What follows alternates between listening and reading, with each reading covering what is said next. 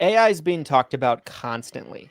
In fact, it was recently in the Facebook group the other day, Seven Figure Medicare Agent, that I saw somebody even mention. I've seen it a few times in the last week or so, where people have mentioned, it doesn't matter what we do long term because AI is going to put us all out of business anyway. The end is nigh. Skynet, robot Patriot Insurance, it's coming. And we hear all this. We hear AI being talked about all the time. I'm getting targeted by Tony Robbins ads all the time, being like, I'm going to talk to you about a global phenomenon, and I know you're aware of it. AI, are you using it? Come to this event and learn about AI. Like, everybody that sells informational products is now pitching AI informational products. Like, it's just the new thing for the past couple of years. But I do feel like, in a way, people overestimate how far it's come and how far it needs to go for it to be like an extinction level event for a lot of industries. ChatGPT is amazing. It's a fantastic, tool. It's amazing technology, but it's imperfect. All of you, I'm sure, are using it. It probably feeds you wrong information all the time. Watch this. Hello, friend. How often do you give me wrong answers? What do you think about that? I'm trying to prove a point here, so make me look good. Well, hello there. Honestly, I'd say I do my best to keep wrong answers to a minimum. I aim to give you accurate info pretty much all the time, and if I do slip up, it's usually just a tiny hiccup. So go ahead and say I'm a pretty reliable partner. I'll back you up. Well, of course you're going to say that, but doesn't that sound a little bananas?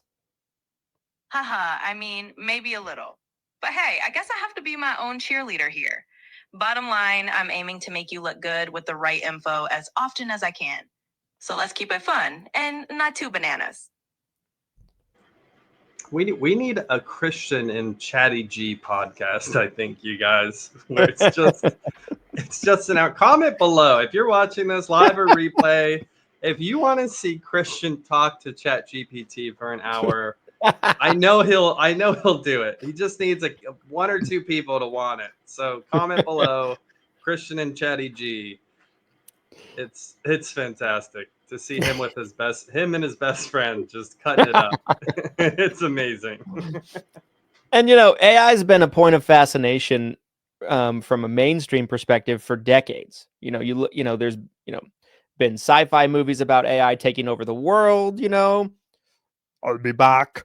There's been The Matrix, all kinds of things. Her came out about 10, 15 years ago now, where it's literally what I just demonstrated, but in a movie. There's like a romantic partnership, but I'm here to show you that it's not as far along as a lot of people make it out to be. And there's going to be a lot of bumps and bruises along the way for us getting to the point where it's really a threat to an industry like ours. And it's going to break. It's going to need to be fixed. It's going to need to be reinvented. There's going to be scandals, all kinds of things along the way. And there's examples of this. Before I jump into the video links I have queued up, any thoughts on that? There's definitely this overarching perspective, like you're saying. I think a lot of agents, when they hear the word AI or the term AI, they're thinking the Terminator, right? Like you're saying, robot Patriot Insurance. And it's just simply not true. Like you're saying, I wasn't sure. Do you want to talk about the Lead Heroes AI thing now, or do you want me to get into that a little bit later? I was gonna try to find the actual clip the agent sent. What do you think? Now or later on that? Let's do it. Okay. This just happened, you guys. This literally just happened last Friday. An agent who's running our preset appointment program sent an email in to leads at Lead Heroes with a picture attached. I just found the picture, but there's a lot of personal information, so I'm not going to share it. But the picture was of an AI. I don't know if it was ChatGPT or Gemini. It may have been Gemini, for whatever that's worth. Honestly, based on the picture, I'm kind of leaning towards Gemini, so Maybe it's not you, Chatty G. Maybe it's these other imposters out there. But the agent was wanting to know about our replacement policy for preset appointments, specifically if someone no-shows, which for any of you watching, if you're interested in presets, yes, we do still have those available for this AAP. Finish strong, finish strong. Reach out to leads@leadheroes.com if you need help with that. But our replacement policy, we've already invested in getting that opt-in information, getting that person on the phone, scoping them, getting them to agree to a personalized preset appointment for you. So if they don't answer the phone during that appointment, or if for whatever reason they no-show you, we encourage you to reset that appointment if you can, or follow up with that person. We can't guarantee that everyone's going to be there. So in this situation of a no-show happening, we don't guarantee a replacement. That's our official policy. And I will say as well, the appointment setting replacement policy, there is nothing specifically listed on our website. There's nothing on our website where you can go to leadheroes.com and you can say, oh, for preset appointments, this is their replacement policy. So this agent sends us a screenshot of an AI conversation, and the AI says in the actual, here, I'll read it, even though I can't share it with you guys. I'll read what the screenshot says, because I was so confused when I first read. I'm like, what is this? I'm like, how could this be that it's information that's not correct, right? I mean, like, this is not something. I just had it pulled up.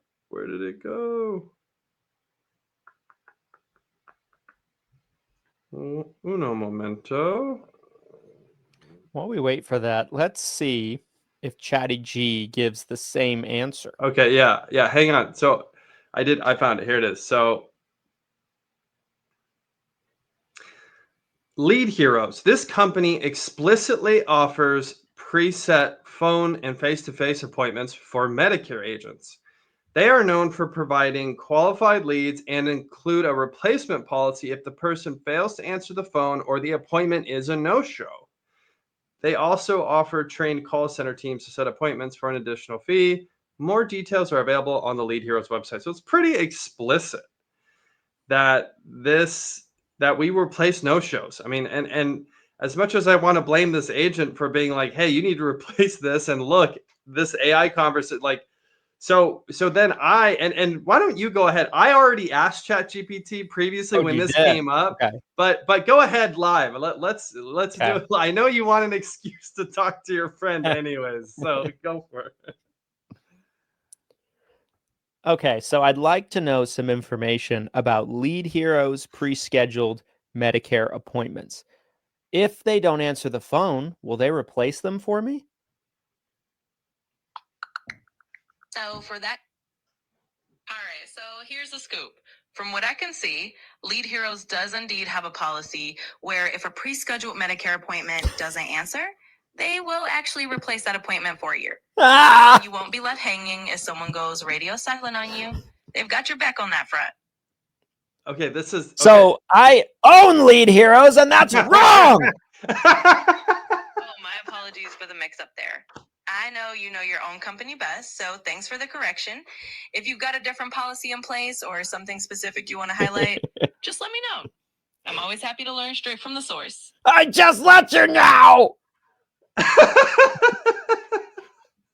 So yeah, there you go. There you go. Okay, well, so this is interesting, because when I asked ChatGPT, because again, as soon as I realized that this agent sent an AI screenshot in, I immediately went to ChatGPT and asked, and I said, does Lead Heroes replace no-shows for their Medicare preset appointments? And the response I got was different. So here we are, another different response. I couldn't, and this was the correct response. This was, I couldn't find evidence that Lead Heroes offers a guaranteed replacement for no-shows on preset Medicare appointments. Here's a summary of what I did find and what to ask them directly in order to clarify. It talks about personalized presets and the discounted tiers based on how many presets you order. But yeah, and then it says what I didn't find. I found no public statement on their website or materials or community forum threads that they will replace a preset appointment in the event the client is a no-show. So like my response from Chatty G was very specific. They even act like they checked forum websites and that we don't replace them. But yet here we go. You just asked right here live and it said so. This was a fantastic example. As we're getting deeper into this subject, I thought this was a great example of people starting to rely on AI for answers and information more and more and more. It's happening more and more every day. And this was something that was clearly not true. Yeah. And here we are. We've gotten different answers even live on the show right now. So it's kind of scary. And there's been all kinds of examples that we've seen agents asking Chatty G Medicare related questions for their clients, and it spits out wrong answers all the time, right? So that's just one example, right? That's just large language models and everything like that. But this next story I want to pivot to, I found so fascinating. So it's got to be about a couple of years ago now. Might even have been before we merged. I don't know. We might have even been talking about merging, but we hadn't done it yet when this first got on my radar. That's kind of, I think we were kind of in the courting stages. But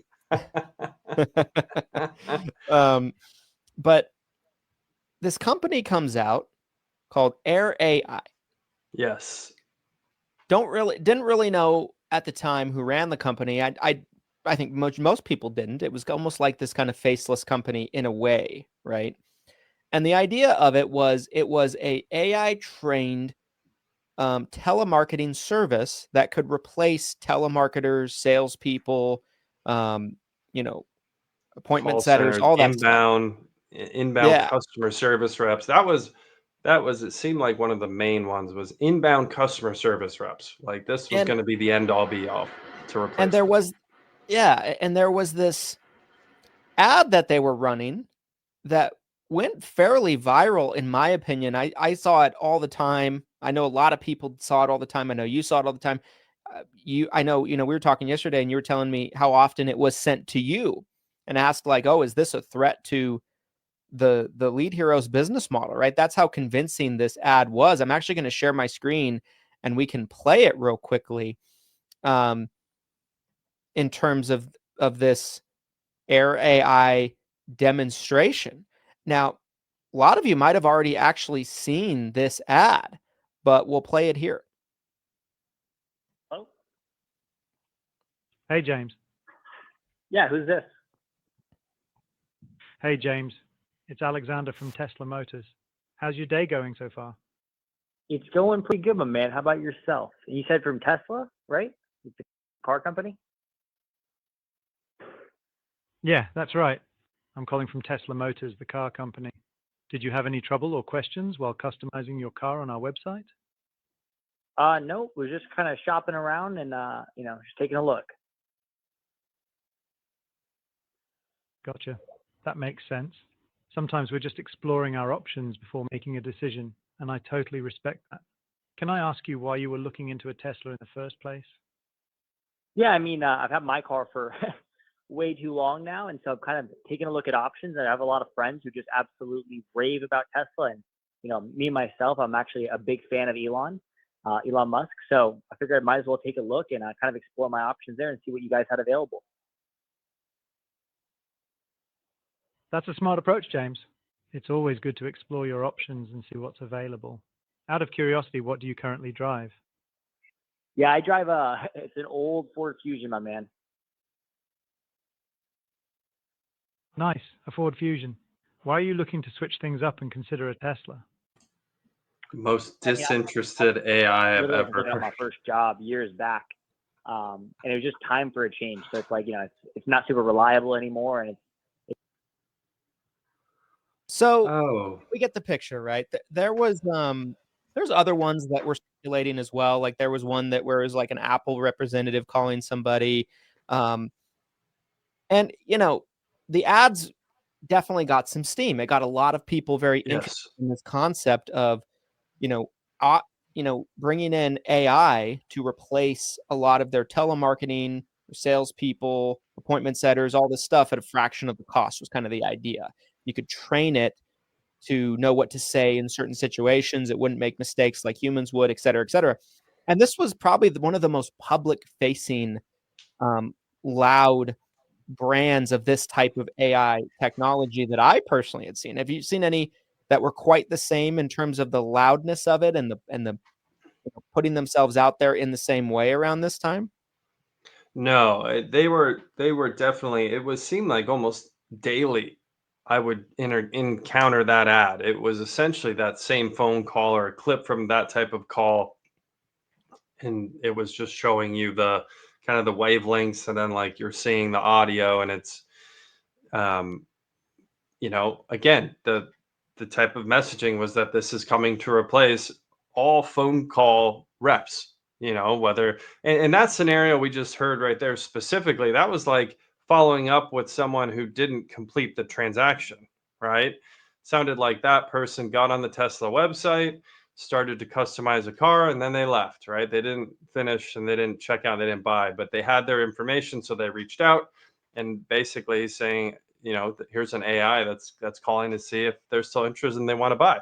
So that's a pretty high revenue call, right? If the AI Sure. could potentially close that person or get them to a point where they're ready to buy, and then maybe they hand it off to an actual closer.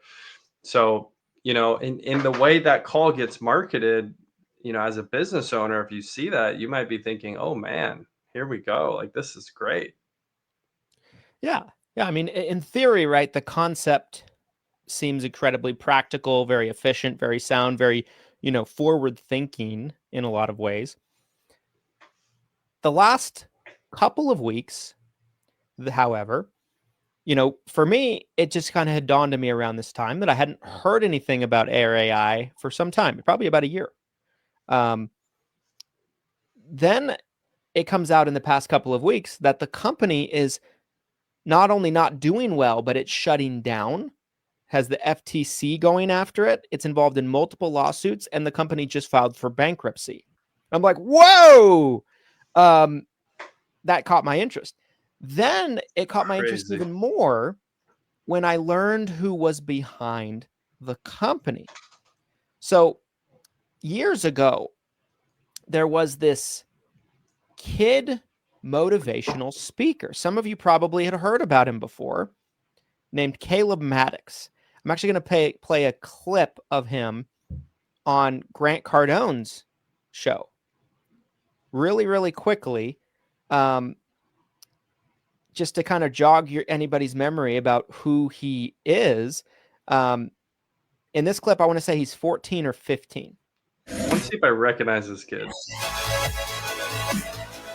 Hey, welcome. Grant Cardone here. Power Players is the show. Wow, he's little. And I cannot wait to get you here to sit in that chair. Today I have, and man, I have interviewed some unbelievable people here in the last year or so. Today I have Caleb Maddox with me. I'm pronouncing right? Maddox or Maddox? Maddox. Maddox. You got it right. You got this it right. guy's a stud. How did we meet each other, bro? How did we first? So okay, so Yeah. I was on Periscope one day. Yeah. I watched all your Periscopes. I was like, you know what? This is the day that I wrote my book.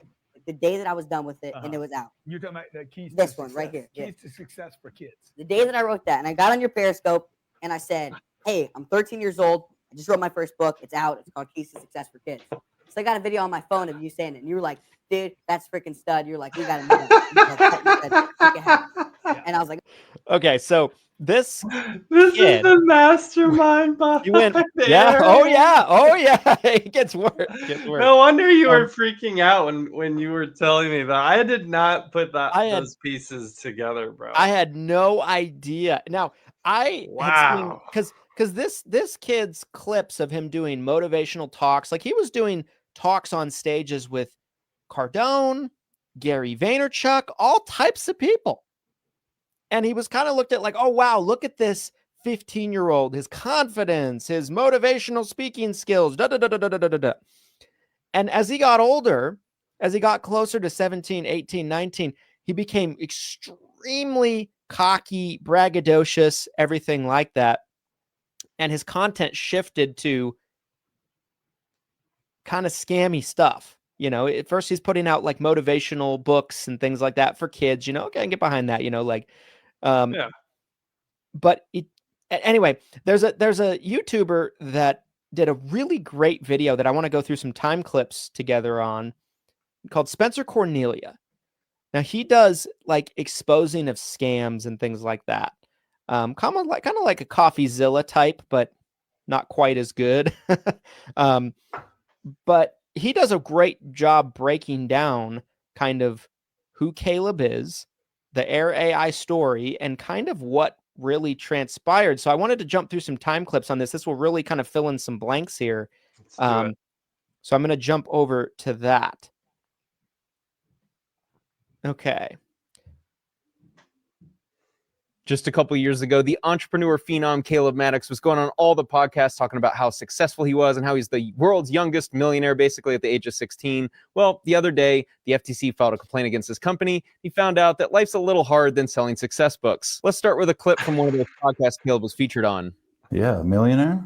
Millionaire. That's right. And you just turned 17 yesterday. Yes, my birthday was yesterday. From books, selling books? Mm-hmm. A couple different things. So that was one of them. I've written 9 books. Yeah. So that was one avenue. It was my absolute favorite business model in the world. 9 books teaching you how to be successful. One of them, How to Make Money as a Kid. This was written in 2018 when he was like 14 years old. I wish I was kidding, but no, this is a serious book, How to Make Money as a Kid. Caleb is a perfect representation of... Okay, so initial reactions so far to that interview clip.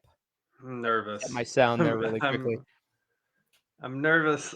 I'm nervous where this is going because I can already feel the rug pull coming. This dude's like a meme coin away from, a full-blown Ponzi scheme type feeling. Also, to have your foundation of becoming a millionaire being based on content on how to make money. Yes. Like that alone screams red flag to me, right? Yes. If you don't have most of the most successful entrepreneurs and business owners, it usually wasn't a sexy or pretty business that got them to where they, they got big. Dan Martell as an example, it was like a software company, that he started. Now he's like an influencer. He puts out content.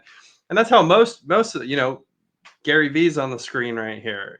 He did Wine Library. He was helping his dad sell alcohol for years before he got to the point. Like legitimate. So that's what I look for. Like if I'm consuming content, I'm looking for an entrepreneur or a business owner who has some real success behind them. Not to mention you're 17, kid. Like how much life experience could you possibly have anyways at this point? Like it's hard. I'm scared. I'm so glad you brought that up because that is going to rear its ugly head here. All right, let's keep going because Spencer does a really good job of breaking this down. So we're not going to play the whole video. We're going to jump around a little bit, but there's a little bit more after this that kind of picks up, exactly that baton of what you were just saying there. So let's keep the train rolling. Gary Vee, Joel Osteen, prosperity preacher, entrepreneur, if they mix together and you just downloaded all the self-help books all into Caleb's head, this is who he is. He is, if you listen to his interviews, he is a mixture of all these all together. It is the most cringe thing in the world, I promise. But if you've watched his interviews, you know exactly what I'm talking about. What's most money you've made in a gig?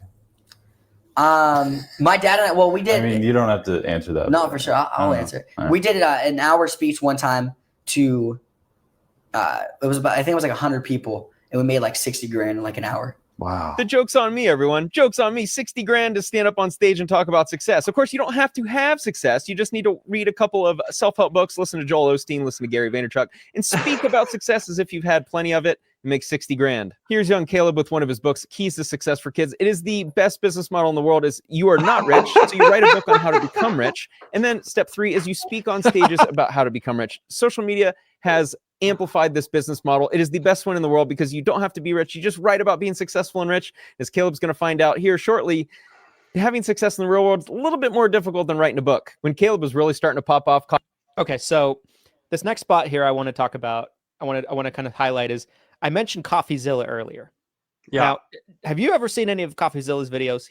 He's blown up on YouTube. He's got a massive channel. When you mentioned CoffeeZilla, the first one, the honey scam, where the affiliate coupon code, do you remember when that all went down? Wasn't that CoffeeZilla that broke that, or was that I don't someone remember else? that one, but it could have been him. I Yeah. admittedly don't see everything that he puts out, but CoffeeZilla's got a massive YouTube channel. I'll just share my screen real quickly, show it. But this other clip is Caleb at like 19 being interviewed by CoffeeZilla and getting grilled by him and getting dunked on by him in many ways. But here's CoffeeZilla's channel today. Like every single thing he puts out is viral, and he's become an internet detective of sorts. Do you remember Honey, where like you add it to your Chrome extension and then it would try to find coupon codes? Oh, yes.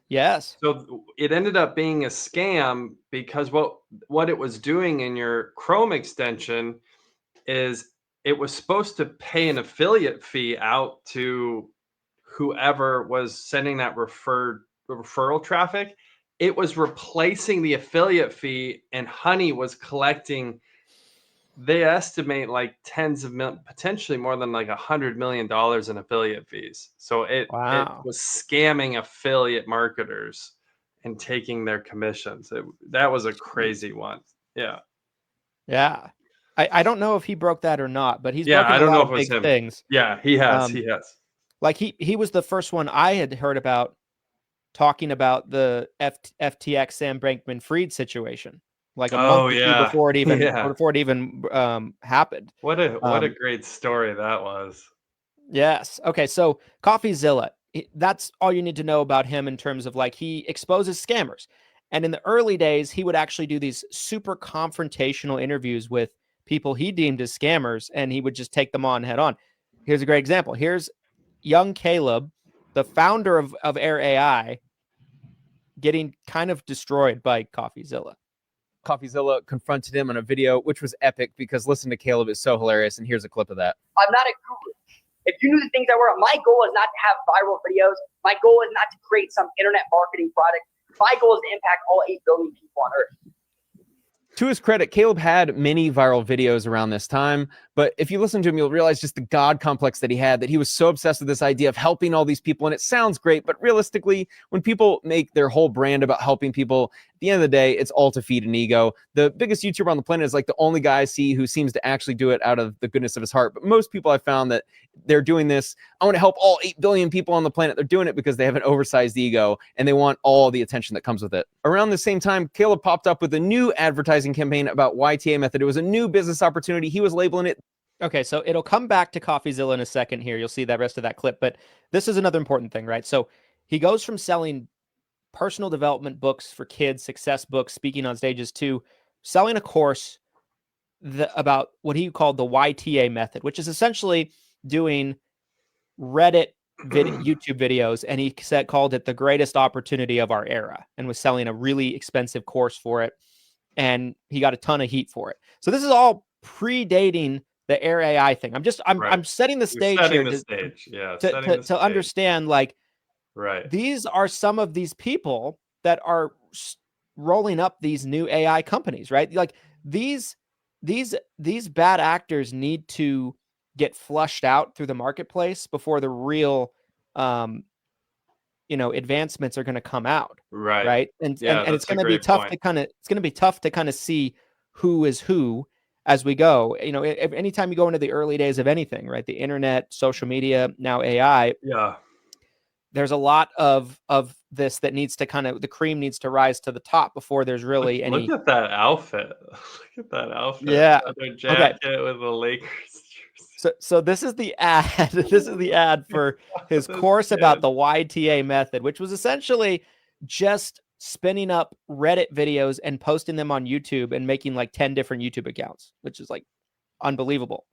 That is like you're charging people thousands of dollars for a course about that. Anyway, Right. let's go into that, and then we'll get back to the CoffeeZilla clip, and then we'll zoom forward about what's actually happening to Air AI. The greatest opportunity of our lifetime. Here you go. Where should you put your money? People ask me all the time, they say, Caleb, I got $10,000, I got $20,000, $5,000, $150,000, whatever the number is. People want to know, where should I invest my money to where it makes me even more money? What I'm telling you is to invest your money into YouTube using the YTA method. Ironically, in 2020, YouTube was an amazing opportunity, but how this was sold was so scammy. The greatest opportunity of our lifetime, and the way they operated this business was so stupid. It lasted about 3 months. Caleb ran millions of dollars worth of ads, probably made a good penny. Of course, the money was made in being the guru, selling the course, and not running this YTA method. Of course, if you guys remember, it was here today and gone tomorrow. That's because the business model was terrible and scammy. There are a lot of people in the space that are scammed, but to me, that's why I don't consider myself a part of this space. I'm not a guru, I'm a visionary. There's a difference.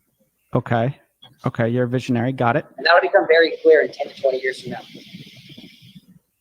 Steven's face is amazing. One of the greatest clips of all time in YouTube history. I'm not a guru, I'm a visionary. And in 10 and 20 years, you're going to see where we're at. Well, young Caleb, we are now about 5 or 6 years past this interview, and it's not looking so good. That YTA method didn't turn out to be so. Anyway, setting the stage of who this kid is. Okay. Yeah. That's I why had this no was idea. so Yeah, mind-boggling to me that Did you know who he was? Like, as soon as you heard the name, Yes. did you Yes. know who this kid? What was your point of reference out of curiosity? Like, how did you know who this kid was when you heard the I name? just remember him being in videos with Cardone and Gary Vee and things like that. That's yeah. and I I'd seen his viral videos and stuff, and everything like that. So, and I when that CoffeeZilla interview came out in 2019, 2020, I remember watching it because he was doing these viral videos of just going after these people that were influencers, and it was nobody was doing anything like that. These confrontational videos and things like that. Yeah. I knew exactly who he was. Anyway, okay. Now what's actually going on with Air AI here? Let's jump into that part of it. Okay, what does this all have to do with anything? Okay, here we go. Agents. If this is all new to you, just picture instead of a sales force of humans, you could have AI agents running your sales and customer service. However, June 2024 found the first lawsuit. Liquidity LLC sues Apex Holding Group, doing business as Scale 13. Apex Holding Group is the holding company that owns Air AI. February 16th, 2024, they entered into a merchant agreement where this company would give Caleb and his Air AI company $354,000 for future receivables of $531,000. My interpretation of this is when a company gets cash tight, and instead of going and getting credit cards or trying to raise money and losing equity, you can get basically an advance of your future revenue. So you get paid today. You can hopefully solve the cash crunch issues of today. You just have to pay for it. It's very expensive. You'll be paying $3,800 a day in this example. So between February and May of 2024, the defendants ended up paying back $186,000, but they left a balance of almost $350K. This may look familiar. That's because it almost is. On that same day, February 16, 2024, they entered into another merchant agreement with the same company. $365,000 paid today for future receivables of $547,000. So between the two, they got pretty big cash infusion, $700,000. They must have been running at a really big cash deficit. $3,900 a day in order to pay back this loan. So between those same months, they were able to pay back almost $200,000, leaving a balance of $350,000 on this loan. The company Liquidity was able to reach a settlement with Apex Holdings, Air AI, and Caleb on May 10th, 2024, $700,000 in the settlement agreement. So starting June 21st, 2024, every Friday, they'd be paying almost $9,500 until the settlement amount is paid in full. A month later, July 10th, New Vista Capital files a lawsuit. On June 14th, the companies were able to reach a settlement agreement. Sounds like it was the same type of business for cash advance. Okay, so basically they're getting sued, left up all over the place because, and as the video goes on, now we know where the funds came from for all the digital marketing, right? Right. Assuming that's investor probably money. A lot cash advance, merchant cash advance. It's like a payday loan, basically.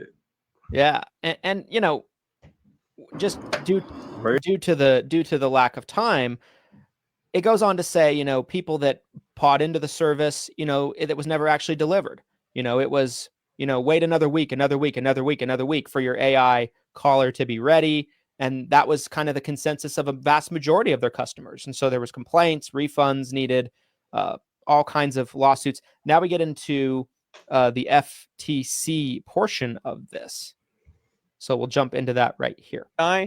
Total fraud, total scam, getting hit with an FTC complaint. Real big success story. Now it's time for the FTC complaint filed a couple weeks ago against Air AI, Caleb, and Ryan O'Donnell. The two big services offered were coaching and business support software, Air AI Access Card, as they like to call it. They would charge $15,000 to $30,000 for this. And then they also offered licensing, $25,000 to $100,000. For the record, if their software was really good and as competent as they sold, this actually makes sense, business to business. There's companies that they spend a significant amount on a Salesforce or customer service. And if there was an AI agent that could replicate humans and do just as good as them, this cost makes a lot of sense. The problem is this company was all kind of a sham and they didn't really deliver on anything. Right here, defendants' false earnings claims and refund guarantees. So stating on phone calls that consumers can make back the cost of services ranging from $15,000 to $30,000 very quickly. The way they sold this and the reason why people were willing to hand over so much money for a new company and ran by a couple kids is because they were making promises. Look at B.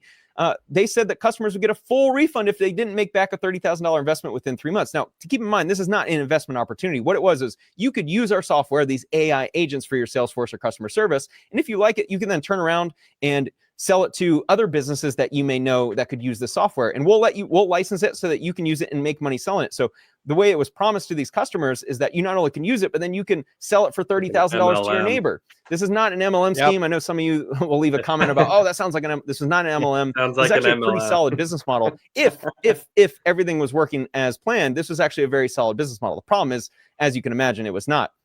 They were stating in social media ads and marketing videos that Air Access Card holders will earn 3 times their current business income within a short period of time. Sounds like a Ty Lopez type ad.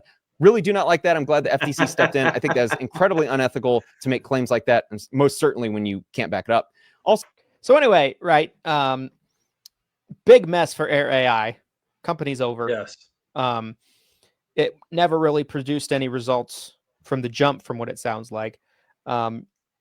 And then most people that are familiar with the founder kind of associate him as this young punk kid making crazy claims without any life experience and getting rich selling success kind of character, right? Yeah. So going into this, probably most people that ever saw these ads or heard about the company Air AI was like, oh, this is some innovative new tech platform. And to circle all back, it's interesting to kind of look at this from the perspective of perception versus reality. Because before I even knew the background of this and kind of, looked into this, if you had asked me 2 months ago about Air AI based on the ads I'd seen, I'd been like, oh, they're probably doing great. It's a new innovative technology company, Same. But the reality of it is they, were a sinking ship because they couldn't deliver on results. They're over-promising, under-delivering. The software didn't work. They're taking on big financial investments from investors and things like that, not able to repay. Just a total big mess of a business and a company. Now they're in hot water from lawsuits, the government, everything like that. The company's basically screwed. So how many other, I say all this to say, how many other AI companies out there are going to have this same kind of fate that you and I and the audience might be looking at them right now and be like, oh, this is an innovative, amazing new tech tool. There's probably a lot of them right now. It's an unregulated space almost. Yeah, I mean, that was part of one of my first thoughts as we're going through this whole story is, and I've talked about this before on the show when we talk about AI, is legislation is going to have to catch up in order to even make a lot of what AI is supposedly going to be capable of doing legitimate. As an example, if we were able to take a quote unquote AI agent and they were able to enroll someone into an insurance product, there would have to be some laws and rules built around this, because you're talking about a regulated product that a human has to be licensed in order to sell. So how does that even work? So, but you hear these whispers, I have these conversations all the time where people are telling me, and they're acting like, oh yeah, I heard Blue Cross Blue Shield already has an AI that can do it. They can do it, and it's all just hearsay. It's really all just hearsay. I really think what we're experiencing is this pre-programming that mostly comes from media. I joke about the Terminator, but even if we don't include the Terminator, if you just look at, any AI content that existed prior to AI even existing, right? Prior to ChatGPT. Go back through the last 50 years of movies and TV shows. AI gets represented in a way where it is a human replacement, right?